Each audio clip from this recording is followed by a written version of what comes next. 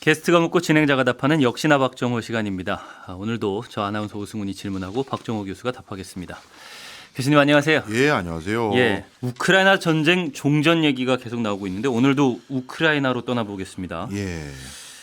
관련해서 젤렌스키 대통령이 나토 가입만 된다면 대통령직 내려놓을 각오가 돼 있다 이렇게 발언하기도 했고 네. 그 진정성을 의심하는 분석들도 나오고 예, 있긴 예. 하지만 또 미국과 우크라이나 간의 광물 협상 합의점에 대해서도 지속적으로 얘기가 나오고 있습니다. 네.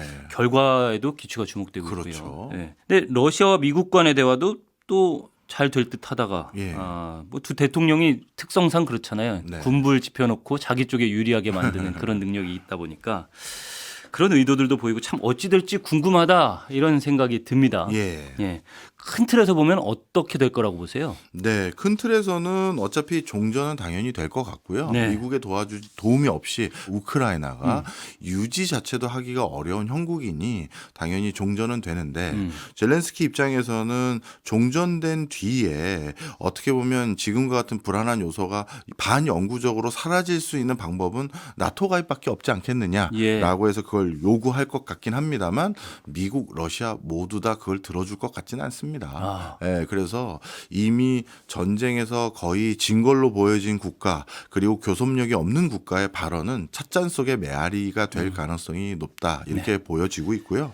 젤렌스키의 요구는 받아들여지지 않을 것 같고 단 자원 개발권을 바탕으로 해서 미국과의 협상은 굉장히 빠르게 전개될 것으로 보여집니다. 예. 그 이유는 우크라이나는 자체적으로 지금 자원을 개발할 수 있는 자금적 여력, 인력적 여력도 없어요. 역량이 없다. 그렇죠. 예. 그렇다면 누군가가 와서 그걸 개발해줘서 그 개발된 자금으로 자신들의 생활 터전을 빠르게 복구해 주는 게 그나마 차선책으로 빨리 선택해야 되니 예. 그거에 대해서는 진즉부터 미국의 어떤 협조를 희망해 오고 있었고 그거 먼저 일단락이 잘 될 수 있다. 저는 그렇게 판단합니다. 그 부분이 광물 협상에서 좀 구체화될 것 같기도 하고요.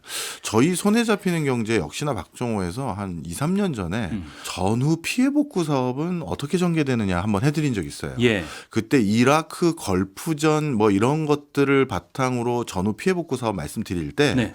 이라크처럼 자원이 많은 국가들은 그 자원 개발권을 바탕으로 전후 피해 복구 사업을 상당히 많이 전개합니다라고 네. 말씀드린 적이 있는데 역시 우크라이나도 많은 국가들이 자원 많다라는 거 알고 그러면 니네들 자원 바탕으로 개발하는 거 우리가 도와줄게 이렇게 또 똑같은 수순으로 가는 것 같아요. 알겠습니다. 큰 틀에서 말씀을 해주셨고 지금 오늘 짚어볼 거는 유럽연합이 우크라이나에 보낸 지원금보다 러시아산 연료를 구입하는데 더 많은 자금을 지출했다라고 네. 말씀해 주셨어요. 그러니까 네. 결국에는 유럽과 러시아 간에도 어떤 관계가 형성될 것인가 이 부분도 사실은 주목이 되는 부분이라 요 사이에는 어떤 변화가 일어날 거라고 우리가 예측을 해볼 수 있을까요? 네, 지금 많은 논의의 관점이 우크라이나의 종전 협상의 조건들에 모여져 있지만 네. 사실 그거보다도 전 유럽은 어떤 거에 더 관심이 많을 수 있냐 하면요. 예. 미국도 중국도 여기에 더 관심이 클 것 같긴 한데 바로 이제 유럽이 전쟁 끝나면 네. 러시아산 천연가스를 파이프라인으로 다시 받아다 쓰는 거야? 이게 이제 제일 초미의 관심일 것 같아요. 예. 일단 가장 직접적으로는요. 전쟁이 일어나고 나서 미국이 우크라이나에 적지 않은 지원을 많이 해준 것도 사실이지만 네. 그것 때문에 돈도 많이 벌었어요. 유럽 국가들이 러시아의 파이프라인으로 천연가스 공급받은 게 중단되니까 네. 어떻게 됐다? 미국산 LNG를 의존을 굉장히 많이 늘릴 수밖에 없었거든요. 네. 원래 2021년에는요. 유럽 LNG 수입의 28% 자체가 바로 미국을 중심으로 LNG를 수입해서 갖다 썼는데 그런데 2023년도가 됐더니 이제 전쟁이 발발한 이유인 거죠. 예. 이게 50%가 넘었어요. 오. 그러니 비싼 LNG를 미국으로부터 사다가 쓸 수밖에 없는 환경이 만들어진 부분도 있거든요. 네. 그리고 미국은 저희 역시나 박정호에서도 몇 번 말씀드렸지만 미국의 제 1등 수출품은 바로 탄화수소 관련한 연료류예요. 그러니 본인들이 자신들이 세계 1등의 산유국이 된 상황에서 이걸 더 많이 수출할 수 있는 경로가 추가로 생겼다? 예. 이거를 다시 원상복구하고 싶지는 않겠죠. 예. 그런 관점에서 당연히 미국 입장에서는 그리고 유럽 입장에선 러시아 천연가스를 다시 파이프라인 이어서 써야 되는 건지 아니면 미국 걸로 이제 완벽히 노선을 바꿔야 되는지 그게 또 하나 물밑에서 협상의 내용이 들어가고요. 예. 그러면 이게 또 미국 입장에선 단순히 탄화수소류의 에너지원을 판매하는 거에 국한되는 게 아니라 네. 러시아와 중국과 미국의 헤게모니 싸움과도 이어집니다. 그렇죠. 그러니까 의존하게 만드느냐 아니냐 이 부분이 굉장히 중요한 그렇죠. 요소가 될 테니까요. 러시아 입장에서는 자신들의 주 수입원 중에 하나가 유럽 각 국가들에게 수출했던 그 천연가스인데 네. 그걸 못하게 됐다? 그러면 러시아 경제에 큰 위해가 되는 거잖아요. 그러면 지금은 회의 테이블에 이 안건을 올려놓을 수는 없죠. 예. 푸틴에게 뭐 마음에 걸리는 일을 테이블 위에 올려놨을 때 종전 빨리 협상 안 될 거 아니겠습니까? 네. 그래서 회의 테이블에는 있지도 않지만 사실 그 다음 그럼 이거 어떻게 되는지가 러시아도 관심이 많고요. 그 다음에 러시아가 만약에 경제력이 옛날 같지 않게 된다. 라고 해버리면 러시아와 중국과의 관계는 러시아가 중국에 더 의존할 수도 있는 것이고 그럼 중국의 힘을 더 북돋아 주는 거 아니야? 러시아가 중국의 천연가스를 더 수출하는데 전량 의존하다 보니 중국은 그러면 천연가스를 더 싸게 수급받을 수 있게 되고 중국 제품의 가격 경쟁력 높여주는데 일조하는 것밖에 안 되는 거 아니냐? 예. 이런 걱정도 될 수도 있잖아요. 예. 아니면 러시아라는 든든한 중국의 우방이 옛날보다 위상이 약해지면 중국도 같이 약해지는 거 아닌가 뭐 이런 생각이 있을 수도 있고요. 예. 그러니까 이게 굉장히 복합적인 수를 놓고 결정해야 될 내용이에요. 쉽게 접근할 수 있는 역학관계는 아닌 것 같다는 생각이 듭니다. 그렇습니다. 그래서 오늘 종전 협상 자체를 이야기하는 기사들이 굉장히 많은데 네. 오늘 주제가 종전 협상 이후에 네. 어떻게 펼쳐질지를 예상해 볼 수 있는 네. 그런 대화가 될 것 같아서 굉장히 기대가 되는데요. 이것부터 여쭤볼게요. 미국산 LNG는 2021년과 23년에 28%에서 2년 만에 50%로 네. 비중이 높아졌다고 말씀하셨는데 천연가스의 경우에는 유럽이 어느 정도 의존하고 있었으며 지금은 네. 어느 정도인지 뭐 그것부터 좀 따져볼 수 있을까요? 네. 사실 그걸 꼭 살펴봐야 되는 게 유럽인들에게 러시아산 가스, 여기에선 가스라는 건 원유를 포함해서 천연가스 포함인 겁니다. 아. 네, 이 두 가지를 합쳐서 네네. 도대체 러시아산 가스가 어떤 의미였을까를 되짚어 보려면 그렇죠. 약간 역사적인 맥락을 좀 살펴봐야 돼요. 네.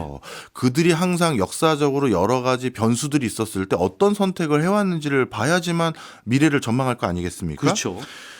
일단 아이러니하게도 네. 러시아가 자체적으로 원유와 천연가스류와 같은 이런 탄화수소류의 에너지원을 더 적극적으로 개발하게 만든 거는 네. 히틀러 때문이에요. 오. 히틀러가 그 당시 소련에 석탄 공장의 인프라를 직접적으로 타격을 입혔고 그것 때문에 석탄 수급을 원활하게 하지 못하게 만드는 일을 단행해 버립니다.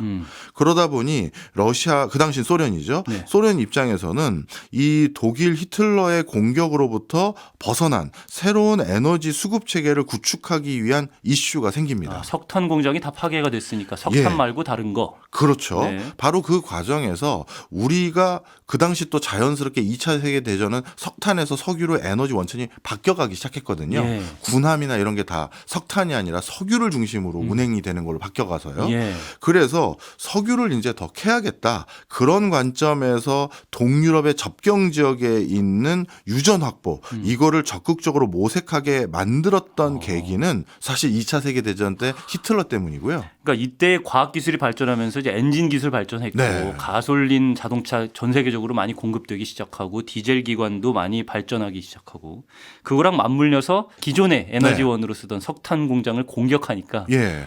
이왕 이렇게 된 거 예. 새로운 에너지원인 뭐 가스나 석유 이쪽으로 개발을 해보자라는 동력이 됐다는 거고요. 맞습니다. 네. 그래서 봤더니 야 우리가 이렇게 석유가 많았어? 이렇게 가스도 많이 나오네. 네. 이걸 그런 상황 때문에 소련이 알게 된 거예요. 네. 그런데 1950년대까지만 하더라도 어떤 일이 있었냐면 그 소련산 가스에 대해서 서유럽 국가들이 불렀던 닉네임이 있는데 예. 레드가스라고 불렀어요. 왜 레드가스냐? 붉은기 그렇죠. 그런가요? 예, 네. 공산권 가스야. 이거를 약간 터부시 여기면서 아. 이거 공산권 가스야. 이렇게 체제 전쟁한 초입에는 네. 가능하면 쓰지 말자. 약간 불매운동까지는 아니더라도 이거는 레드가스야 이렇게 얘기하는 안 좋은 이미지를 입혔다는 그렇죠. 말씀이시죠. 그렇게 해왔는데 네. 문제는 처음 시도는 오스트리아와 핀란드부터 시작이 됐어요. 오스트리아라는 나라는 그 입지상 어디 다른 나라로부터 이 탄화수소류의 에너지원을 수급받기가 어려워요. 네. 그 당시에는요, 소련이 러시아가 아닌 시점이니까 유럽 국가와 소련의 국경이 붙어 있었지 않습니까? 그쵸. 그러다 보니 오스트리아 같은 경우는 바로 옆에는 거의 소련이고 그리고 이쪽에 다른 유럽 국가들하고 둘러싸여 있는데 내륙 국가니까. 예. 네. 근데 여기에서 어디에다가 나에게 석유나 이런 걸 공급해 줄 거냐 했을 때 대안이 없는 거예요.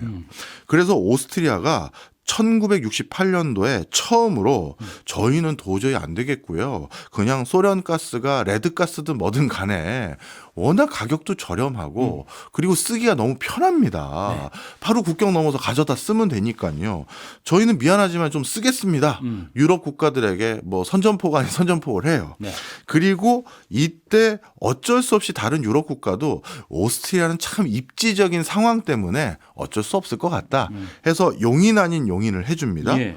그리고 나서 오스트리아가 러시아 가스를 쓰는 모습을 지켜봤을 거 아니에요. 2, 3년 동안. 네.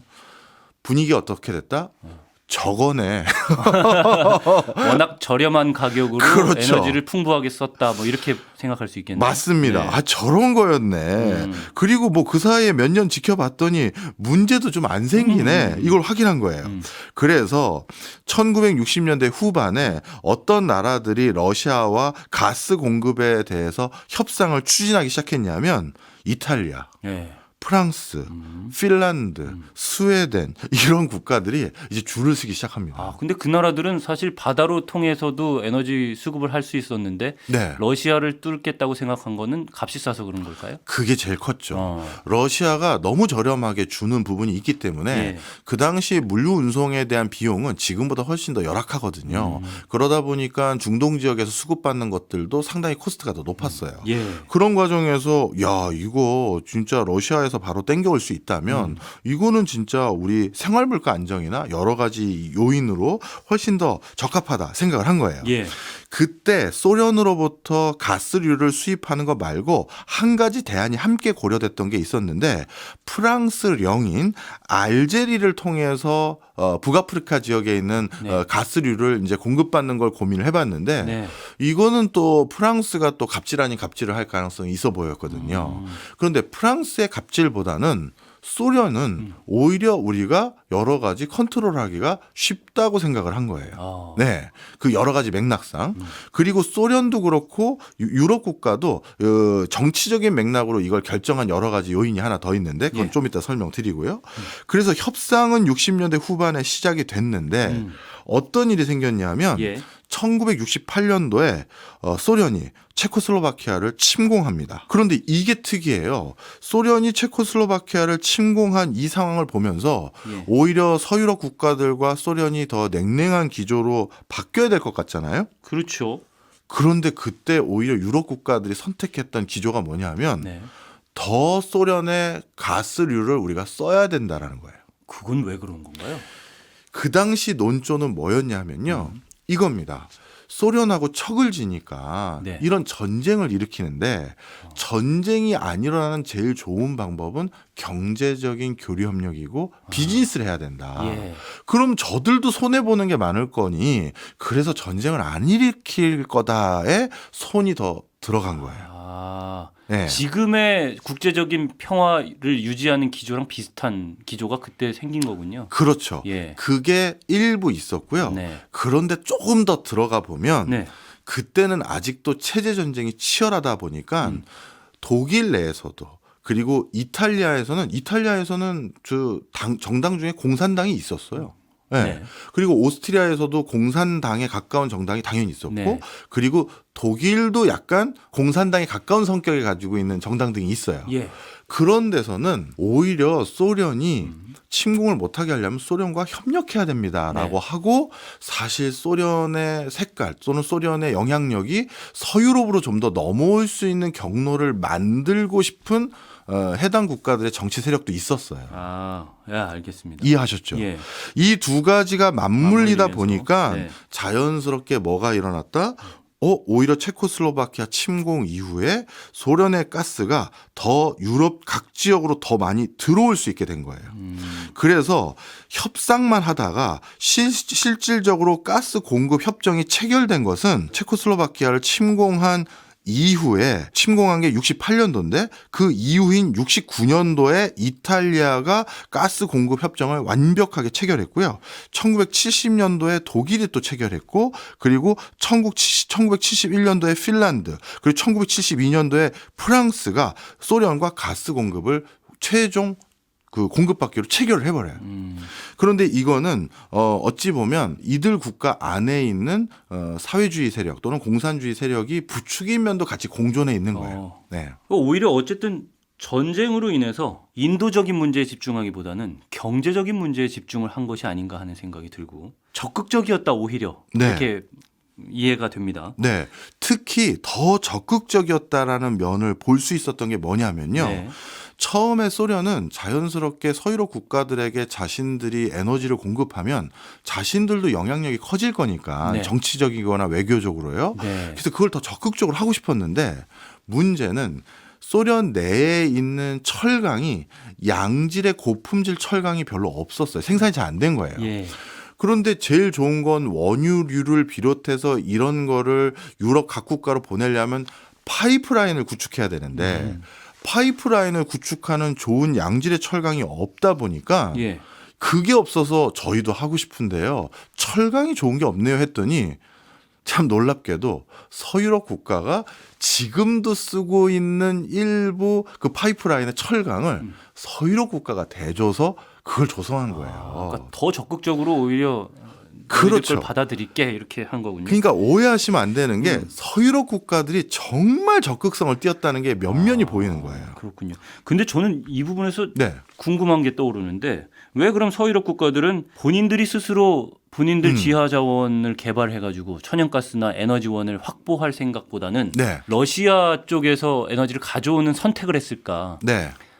의존적이 된다거나 아니면은 그 값이 싸다는 이유만으로 그렇게 쉽게 결정하지는 않았을 것 같은데 네. 그런 고민들은 있었을까 하는 생각은 듭니다. 예, 어마어마하게 있었죠. 그런데 1960년대까지 여기저기 자신들도 자체적으로 석유를 캐보거나 석유를 어디에서 수급받기 위한 노력을 정말 다각적으로 해봤는데 구멍을 아무리 뚫어도 안 나와요.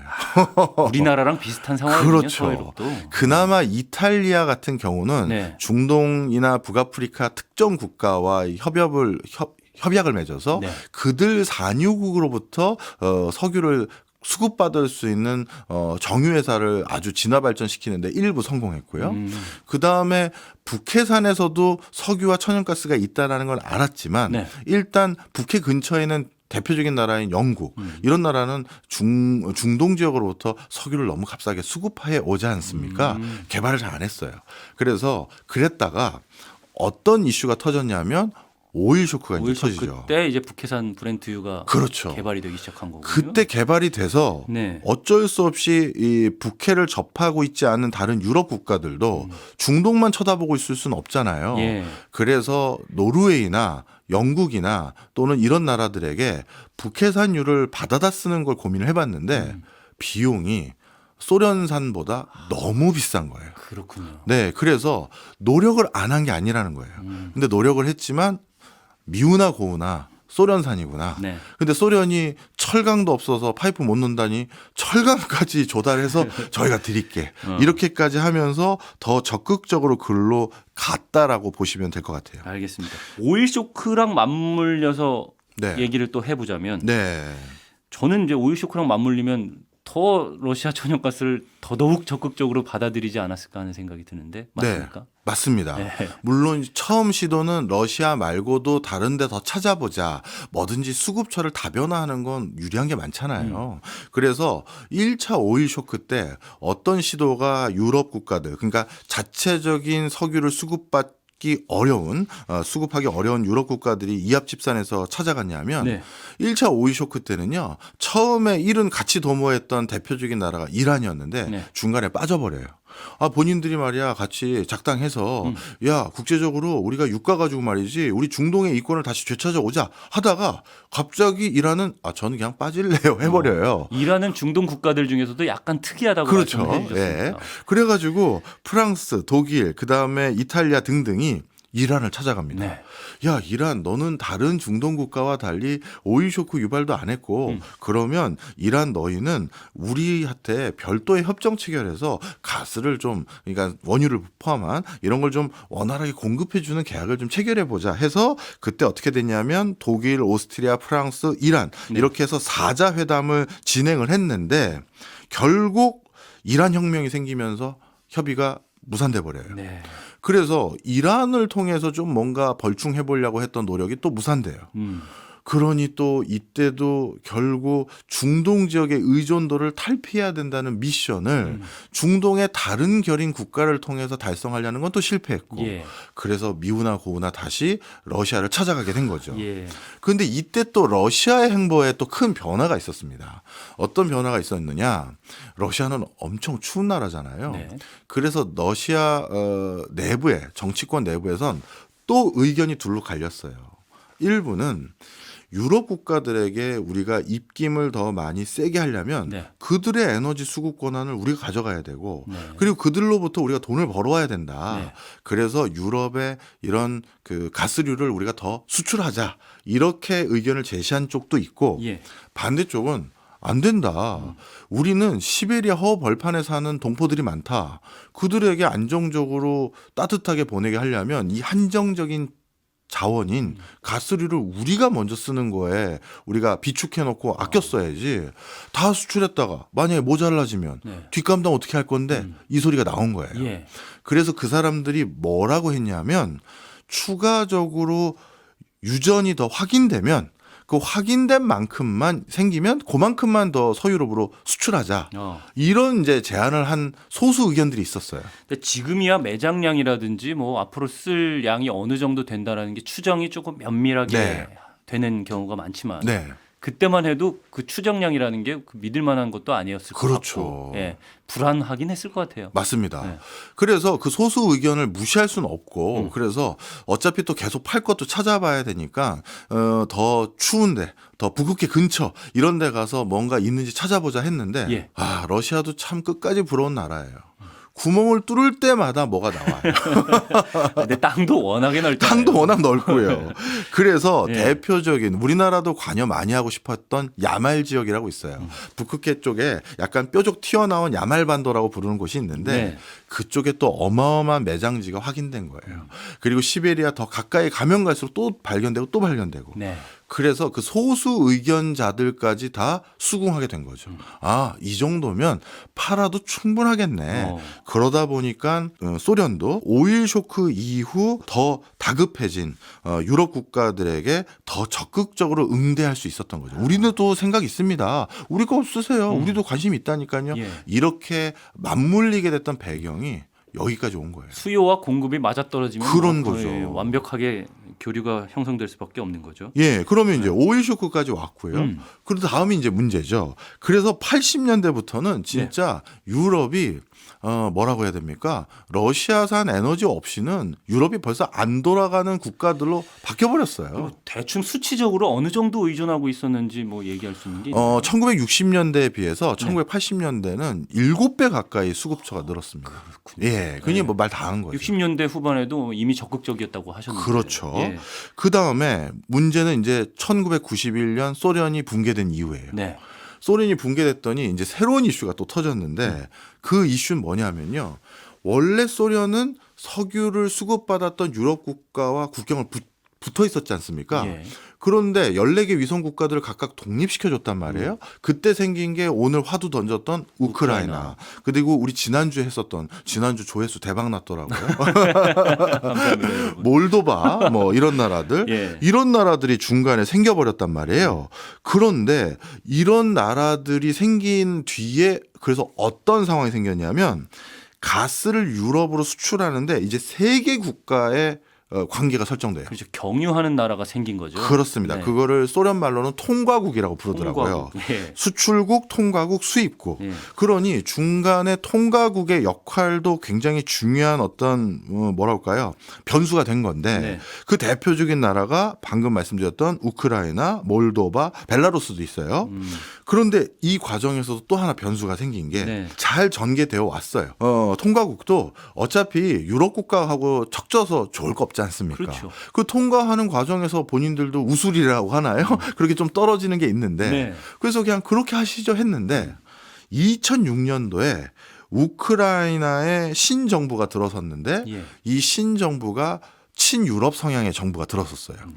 그리고 나서 뭐가 화두가 됐냐 하면 이 친정부가 들어선 뒤에 한 3일 정도에 우크라이나를 비롯해서 유럽 각지로 보내던 가스의 밸브를 잠가버렸어요.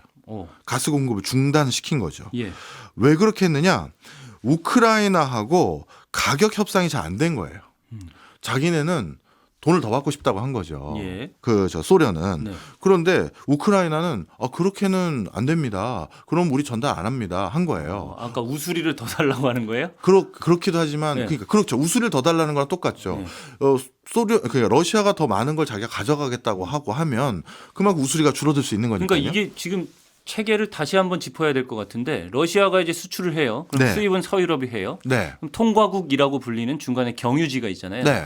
그럼 경유지에서는 일단은 러시아에 대한 천연가스라고 하면 천연가스를 수입을 해서 자기가 보유를 하고 네. 그 다음에 서유럽에 다시 수출을 하는 시스템이에요. 아니면은 직접적으로 수출과 수입은 러시아와 서유럽 간인데 네. 중간에서 그냥 우수리만 떼먹는 그런 시스템이었던 거예요. 우수리만 떼먹는 시스템이 더 많죠. 왜냐하면 그때에도? 파이프라인으로 파이프라인으로 서유럽까지 직접 가는 게 더 편하지 않겠습니까?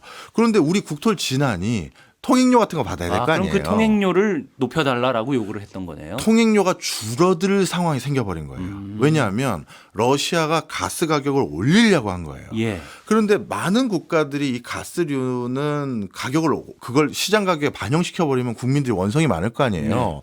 그럼 뭔가 중간에 이 가격 완충 작용을 해야 되는데 예. 우크라이나가 거기에서 샌드위치 역할이 된 거죠. 네네.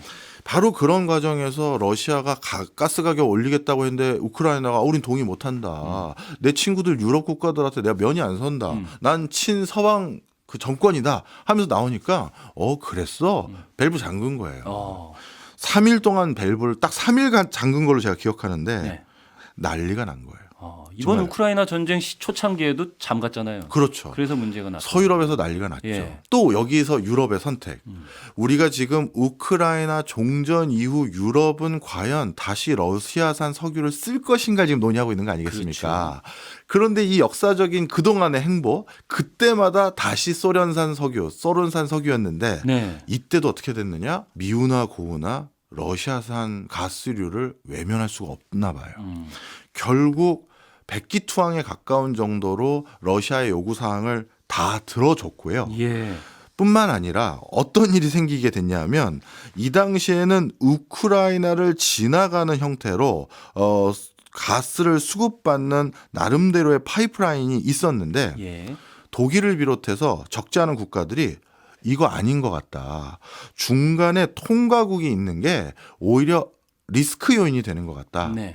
그래서 러시아를 직접 찾아갑니다. 러시아와 우리나라를 직접 파이프라인으로 연결하고 싶습니다. 그게 근데 지리상으로 가능합니까? 그러니까 저 북해로 돌아서 온다든가 예. 다른 데로 오는 거죠. 네네. 그래서 돌더라도 시공 비용이 더 들더라도 차라리 저희는 그게 난 것 같아요. 예. 이렇게 찾아오는 거예요.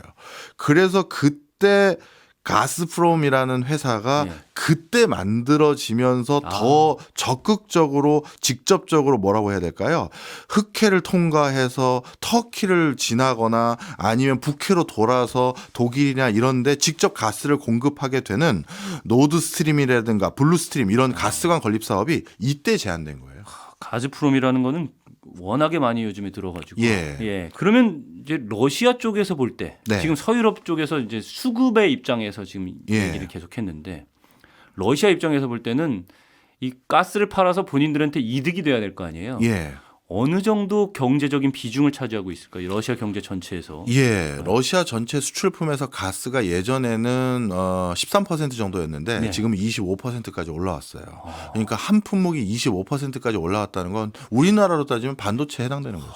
네. 그러네요. 네. 중동 같은 경우에는 석유가 경제 전체에 차지하는 비중이 어느 정도 돼요? 국가마다 차이가 있는데요. 표면적으로는 50% 이하다라고 주장하거든요. 네.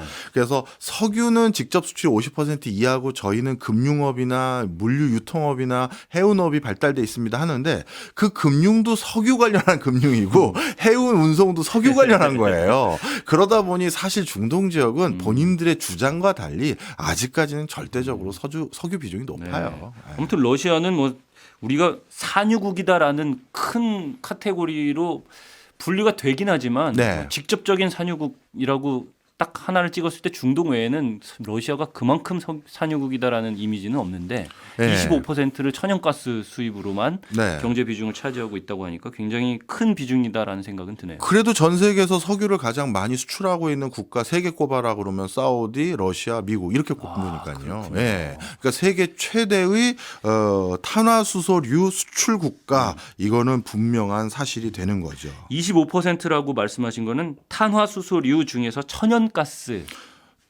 따지는 건가요? 또 중요한 말씀 해주셨어요. 예. 초반에는 영어 표시로는 가스라고 하면 우리 원유류가 다 포함된 거잖아요. 네. 예.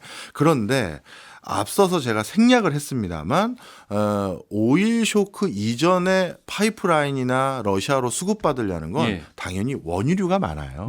그런데 80년대부터는 유럽인들의 인식이 바뀌었어요. 예. 이젠 천연가스에 대한 의존도가 러시아로부터 그 가스에서 훨씬 더 높아진 거예요. 왜냐하면 80년대부터 슬슬 기후환경에 대한 중요도를 유럽인들이 크게 인식하기 시작했고 예. 천연가스가 원유류보다 더 싸게 수급받을 수가 있었거든요. 그런 여러 가지 이점들로 인해서 80년대 이후부터는 러시아로부터 의존하는 의존 비율이 그냥 천연가스가 훨씬 더 높아졌다. 이렇게 보시면 되겠죠. 알겠습니다. 그럼 이제 우크라이나 전쟁의 이후의 얘기를 또 나눠봐야 될 것 같은데 네. 직접적으로 넘어가기 전에 방금 말씀하신 그 2004년 우크라이나 사태 네. 그때 석유를 2006년. 네. 6년 이때는 에너지를 그러면 어디서 받아왔는가 직접적으로 우회해가지고 오는 게 성사가 됐는지 성사가 됐습니다. 그래서 지금은 적지 않은 국가들이 다양한 파이프라인들을 러시아로부터 직접 또는 최소한의 통과국을 줄인 형태로 네. 조달받는 라인들을 구축해 놓은 상태고요. 네. 그런데 우크라이나 전쟁 이후 이 밸브들이 잠겼기 때문에 예. 앞서 일부에 잠깐 말씀드렸던 것처럼 미국이 수출을 급격히 늘려왔잖아요. 자, 그 다음에 이제 행보를 말씀을 드려야 되는데요. 예. 항상 우리 또 기억하셔야 될 게 큰 경제적 위기가 도래하잖아요. 그럼 그 위기가 도래하면 그것 때문에 새로운 산업이 하나 새로 생겨요. 예. 이걸 좀 이해를 시켜드리려면 이런 겁니다. 국가는 참 이게 안타깝게도 국가나 경제학자들이 위기를 극복하기 위해서 발명해낸 대안들이 많지가 않아요. 그냥 돈 뿌리는 거예요. 예. 유동성 많이 공급하고 금리 낮춰서 빨리 뭔가 사업하고 하고 싶었던 거 있었던 분들 투자해 주시고요. 고용해 주시고요. 소비 좀 해 주세요. 이걸 유도해서 경기를 다시 살려요. 네. 글로벌 금융위기 때도 그랬거든요. 네. 그때 그 쏟아져 나왔던 헬리콥터 머니 그 돈이 가장 많이 흘러 들어갔던 곳 중에 하나가 쉐일 산업이었어요. 아. 2008년도 이후에. 예. 예전부터 쉐일층이라는 게 있는지 다 알았고 거기도 탄화수소류의 에너지원이 많이 있다는 건 알았지만 근데 정제가 까다롭고 그렇죠. 어렵다고 해서 못 썼단 시도하지 말이에요. 않았던 거죠. 그런데 이렇게 돈이 싸다고 지금은 돈 갖다가 안 쓰면 바보일 정도로 유동성이 많이 풀렸는데 그랬더니 어떻게 했다? 그 돈을 갖다가 야 우리 쉐일 좀 해보자 시도한 거예요. 예. 그 시도가 꽃이 피어서 완벽하게 쉐일 혁명이라고 불려지는 데까지 한 10여 년 걸렸거든요. 예. 그래서 2017년, 18년쯤 됐더니 미국이 그 쉐일층까지 확보하다 보니 1등 산유국이 된 거예요. 예. 그러면 자, 이 다음부터가 중요합니다. 미국은 그 뒤로 1등 산유국이 됐다는 건 에너지 패권마저도 더 공고히 해줬다는 건데 예. 그런데 그걸 이제 본격적으로 셰일 산업을 더 육성해서 에너지의 패권까지 그 손에 거머쥔 상태로 전 세계를 쥐락펴락할 수 있었는데 네. 갑자기 바이든 행정부가 들어섰고 근데 그 바이든 행정부는 또 다른 위기인 코로나19가 터졌단 말이에요. 네. 근데 코로나19에 또 유동성 뿌려졌죠. 그 코로나19는 그 유동성이 어디로 또 흘러 들어갔느냐? 신재생 에너지, 예. 2차 전지, 전기차로 흘러 들어간 거예요. 그러면 그것 때문에 지금 이쪽 섹터가 또 새로운 산업으로 막 발돋움할 수 있는 초입까지 왔었는데 예. 트럼프의 생각은 그거 하면 안 된다는 거예요. 2차 전지하고 신재생 에너지 전기 자동차는 네. 지금 산업의 주도권이 우리가 가지고 있는 게 아니라 중국이 가지고 있어. 근데 그걸로 에너지의 그 활용 기반을 빨리 바꿔버리면 에너지 패권을 미국이 스스로 놔버리는 일이 되고 중국의 희소금속류, 희토류 그리고 중국의 2차 전지 산업을 중심으로 전 세계 에너지 수급 체계가 바뀌어버리는 일을 우리가 왜 해야 하냐. 중국이 감히 넘볼 수 없는 탄화수소류의 세상을 좀 더 이어가자. 왜? 미국이 전 세계 1등 산유국이니까. 예. 2017년에 이제 드디어 패권을 줬다고 하면은 얼마 되지도 않았으니까. 그렇죠. 예. 그거 이득을 많이 못 이제 봤잖아요. 이제 캐서 우리가 돈 벌 텀이 됐는데 그걸 왜 안 하는데 이 소리를 한 거예요. 예. 자, 그래서 다시 돌아와서 예. 그러면 이 탄화수소류의 또 하나의 그 모멘텀을 가지게 된 셰일. 이 셰일에 대해서요. 이거는 미국이 전 세계 1등이에요. 예. 이렇게 보시면 쉽게 이해가 되실 텐데 지질 전문가, 엔지니어들이 미국 내에 있는 전문가로 집계되어 있는 사람의 숫자가 미국을 제외한 모든 나라의 지질 전문 엔지니어 숫자들보다 더 많아요. 왜냐하면 미국은 전 세계 그 석유 패권을 2차 세계대전 이후부터 지금까지 계속 장악한 국가다 보니 네. 전 세계 여기저기 산유국을 개발할 수 있는 인력 필요하고 수급할 수 있는 뭐 학제 개편 관련 석학들 양성하는 프로그램 많을 거 아니겠습니까? 그래서 진짜 지질 분야에 탐사하고 시추하고 정제하는 기술은 미국 1등이에요. 예. 그러면 다시 돌아와서 유럽 얘기로 또 가겠습니다. 네. 이 쉐일을 이렇게 쉽게 캐서 활용할 수 있는 가장 첨단 설비와 방법론을 미국이 다 가지고 있는데 네. 미국 말고 또 쉐일이 어디 있는지를 많이 찾아봤더니 참 아이러니하게도 유럽 본토에 많은 거예요. 어디에 석유를 많으냐? 찾아봐도 없었던 곳이. 그렇죠. 예. 쉐일 형태로는 많았던 거죠. 네.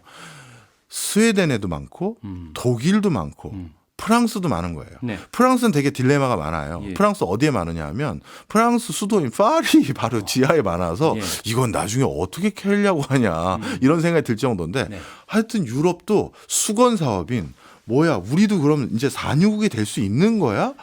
러시아도 안 쳐다볼 수 있는 거야가 가능할 수 있는 여지가 있는 거예요.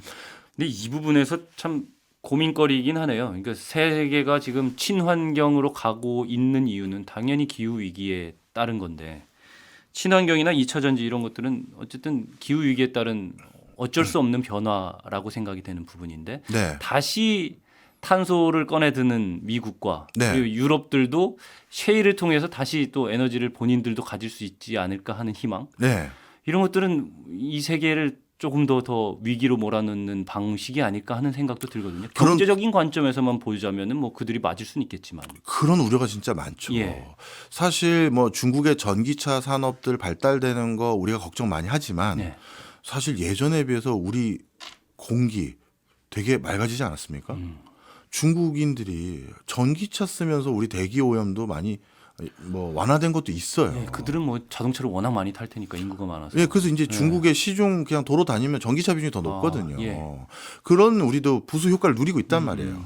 그럼 이건 분명 지구 환경에서 유리한 면이 있는데 네. 그런데 지금 전 세계는 에너지 수급에 대해서 계속 고민을 얼마나 처절히 해왔는지를 알 수가 있는데 그 과정에서 미국의 어떤 계산법, 네. 그다음에 유럽의 고민, 러시아 그의 고민 이걸 마저 설명을 쭉 드린 맥락이 여기에 이렇게 있는 거죠. 이 부분은 다시 한번 우리가 얘기 언젠가 나눴으면 좋겠다는 생각이 듭니다.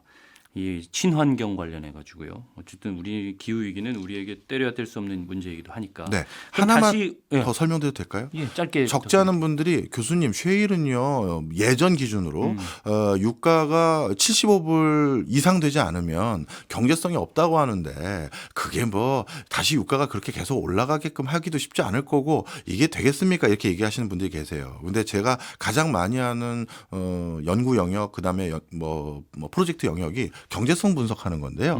그걸 하다 보니까 특이한 점이 있어요. 뭐냐면 자, 쉐일 산업에 제일 먼저 뛰어들었던 선도 기업들이지 않겠습니까? 예. 그 기업들은 쉐일이 어디에 얼만큼 있는지도 잘 모르기 때문에 그 지하를 3D 스캔을 하는 것처럼 면밀히 지질 조사 다 했겠죠. 네. 그리고 거기 어디에 쉐일이 있대 알았어요. 근데 쉐일이라는 건 다 균질한 게 아닐 거 아니겠습니까? 어디에는 어떤 형태로 있고 어디에는 어떤 형태로 있대. 그것도 또 구멍 뚫어서 다 확인했어요. 그래서 어디에다가 구멍 뚫고 정유 시설 만들면 우리가 돈을 좀 벌 수 있겠다. 거기까지 다 시설 투자하고 예. 그다음에 거기에서 이제 본격적으로 생산해서 전 세계 공급하려면 근데 쉐일층이라는 게 대도시 한복판에 있는 게 아닐 거잖아요. 오지에 있단 말이에요. 네. 그럼 오지까지 쉐일을 캐서 다시 도심지나 해안가나 어디까지 나르려면 도로 놔야죠. 예. 그리고 그 오지에서 일할 사람들 기거할 수 있는 숙식 제공할 수 있는 건물 올려야죠. 예. 식당 만들어줘야죠. 상하수도 연결해줘야죠. 이해하셨죠? 투자가 필요한 거죠. 엄청난 투자를 한 거예요. 근데 그 회사들이 처음 쉐일 혁명을 이끌었지만 적지 않은 회사들이 부도나거나 망하거나 지금 휴면 상태거나 어려워졌어요. 단기간에 그 투자한 만큼의 비용을 뽑아내지 못했다는 못했죠. 것이죠. 예. 그런데 지금 쉐일의 시점을 저는 이렇게 표현합니다. 2.0. 왜? 그들 회사들 중에 저희는 이제 못하겠어요 하고 매물로 나온 회사 네. 아니면 그들 회사에서 퇴사한 직원들 네. 이 사람들이 이제 쉐일을 좀 해볼까 하는 아니면 쉐일을 이제 원래 있긴 있었지만 본격화 해보자라는 회사들에게 입사를 하거나 매각되거나 네. 아니면 사업부가 편입됐는데 그럼 어떻게 되느냐 이 2세대 쉐일 기업들은요 1세대 쉐일 기업들이 고스란히 지불했던 비용은 이 사람들한테는 비용이 아니죠. 지질 탐사 벌써 다 돼 있어? 한번 도면 좀 줘봐봐. 여기야. 야, 니네들이 예전에 근무했던 회사에서 다 확인해 놓은 거구나. 여기서는 비용이 아니에요. 알겠습니다. 그리고 도로도 아직 놔져 있네. 그대로 이용하면 되겠네. 비용이 아니죠. 그래서 지금은 국제적으로 쉐일의 가격 경쟁력이 국제 유가가 40불 선에서만 유지돼도 쉐일도 경쟁력이 있다라는 게 중론이에요. 이미 투자가 많이 돼 있는 부분. 그러니까 코스트에서 빠진 거죠. 알겠습니다. 에너지가 어떻게 좀 에너지 종류에도 변화가 있다는 것까지 말씀을 해주는데 다시 우리가 러시아 서유럽 쪽으로 넘어가서 네. 러시아 경제는 그러면 우크라이나 전후에 네. 천연가스 공급을 못하는 상황에 이르러서 많이 악화됐나요? 그렇진 않네요. 우크라이나 전쟁 이후에요. 예. 천연가스 공급은 많이 못해서 어려워질 줄 알았는데 네. 그 물량을 중국이 많이 사줬어요. 그렇군요. 그리고 인도도 많이 사주고 그래가지고 국제적인 공조와 협조가 안 되다 보니까 러시아는 피해가 별로 없었습니다. 그렇군요. 그러면 앞으로 이제 전후에 종전 협상도 되고 어쨌든 전쟁이 끝난다고 했을 때 네. 에너지를 둘러싸고 러시아와 서유럽 간에 또 아니면 그 통과국이라고 불리는 이런 나라들 간의 관계들은 어떻게 설정이 될까? 이걸 마지막으로 말씀해 주시고 마무리 지었으면 좋겠습니다. 네, 트럼프가 아직 전부 협상 카드를 다 꺼내지 않았습니다. 분명 트럼프는 계속해서 취임 이후 미국 내 탄화수소류의 에너지를 공급할 수 있는 기업들에게 생산 풀리 가동해라라고 네. 요구하고 있고 또 유럽 국가들이 옛날보다 LNG를 덜 미국에 공급받는 것도 관세나 이런 걸로 압박을 또 하겠죠. 예. 우리 계속 그 가스 좀 사줘. 이거 분명히 얘기할 거예요. 그리고 유럽 국가에 반영구적으로 미국이 교섭력을 높일 수 있는 제일 좋은 방법 중에 하나는 러시아 밸브 잠그니까 3일 만에 백기투항했던 것처럼 이제 미국의 LNG를 사용해라고 했을 때 훨씬 유익한 면이 있을 거 아니에요. 예. 그걸 선택할지 아니면 이렇게 유럽이 러시아산 석유를 안 사니까 러시아가 결국 중국에 의존할 수밖에 없었고 그 과정에서 중국은 훨씬 더 쾌적한 산업 여건을 만들어 갔던 거. 네. 이게 우려되니 그냥 러시아 다시 유럽에 석유 팔어 이렇게 할지 예. 이제 트럼프는 어떤 카드를 꺼내댈지 그것도 우리가 관전 포인트로 같이 보시면 예. 재밌으실 거예요. 관심을 가지고 지켜보시면 좋을 것 네. 같습니다. 오늘 얘기 나온 것 중에 셰일로 대변되는 그 에너지 공급과 수급의 변화 그리고 제가 이제 의문을 말씀드렸던 기후 위기와의 관계 네. 이런 것들은 다음에 한번 시간 내주셔서 다시 또 정리를 해보는 시간을 가졌으면 네, 좋겠고요. 그렇게 하겠습니다. 네, 오늘도 재밌었습니다. 오늘 여기서 마치고 저는 다음 주에 다시 찾아오겠습니다. 네, 오늘도 고맙습니다. 감사합니다.